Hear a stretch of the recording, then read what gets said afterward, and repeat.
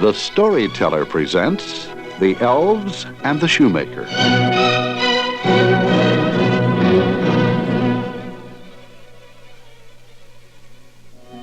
Many years ago, there lived a poor shoemaker and his wife. They were so poor that he did not have enough money to buy the leather to make more than one pair of shoes at a time. He would cut the shoes out at night and sew them together the next morning. I have the leather cut and ready for sewing in the morning, wife. Let's go to bed. That's fine, dear. Get a good night's rest. When the shoemaker came to his shop the next morning, he found a wonderful surprise. My, look at that. The shoes are all finished and they are beautiful. When the man who had ordered the shoes came to get them, he said, "These are the nicest and most comfortable shoes I have ever had. I will pay you more money for them than we agreed upon."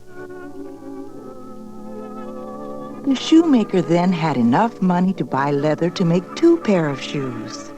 He cut them out at night and set them on his cobbler's bench ready for the morning. Again, the next morning, the shoes were all finished. They were just as beautiful as the ones from the day before. The shoemaker put them in the window and sold them right away. The customer paid him so much money for the shoes that now he could buy leather to make 4 pairs of shoes.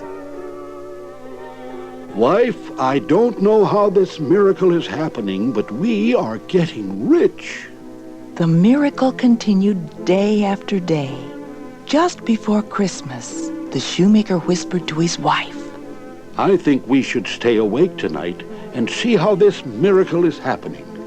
Yes, my husband, that is a good plan. Somebody kind must be doing this for us. I certainly would like to thank him. So they hid in a corner of the shop and waited till midnight to see what would happen. When the clock struck 12, 2 cute little men came into the room and started working on the shoes. Husband, look! They are elves, and they have no clothes on. The poor little fellows. They work so hard. They must be very cold. I'll make them some clothes for Christmas. The little elves continued to work for several hours and finally finished all the shoes. They were really beautiful. Those little men have made us rich, dear wife. How could we ever repay them? The only thing we could do for them is to make the clothes so they'll be warm during the winter. The shoemaker's shop became very busy, and he had all kinds of shoes for sale. He had boots for ladies and men, little shoes for children. The shoes came in many pretty colors, red, green, and blue. One day, a little girl and her mother stopped at the shoemaker's shop. Mommy, please buy me those red shoes for Christmas. I want to wear them to the party. Yes, they are beautiful. Let's go inside and see if they fit. They bought the shoes, and the little girl was very happy. Everyone in town heard about the shoemaker who made such wonderful shoes. They were the most comfortable shoes money could buy.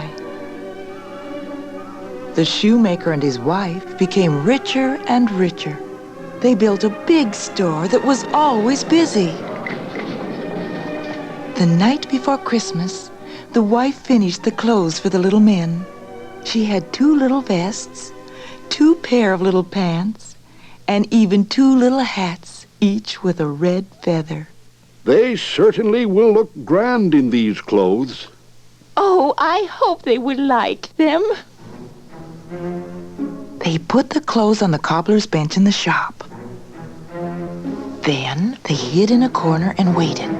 Soon the clock struck 12, and the 2 little men came in again ready to go to work. They immediately found the clothes. My, look at these fancy garments. How smart we will look. All our friends will be jealous. They put on the clothes and looked at each other. Then they started laughing. How fancy you look. Look at yourself. They laughed and danced and had a wonderful time, pointing at each other as they whirled around and around. Then they started singing a funny little song. Such nicely dressed boys are we. We can no longer cobblers be. They sang the song over and over and danced around the table with glee.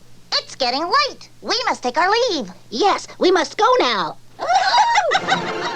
The two little men joyfully danced across the room and disappeared.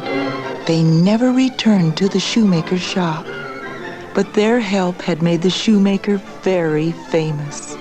People came from all over the country to buy his shoes. And the shoemaker and his wife became the richest people in town. But they never forgot the two little elves who brought so much happiness into their lives.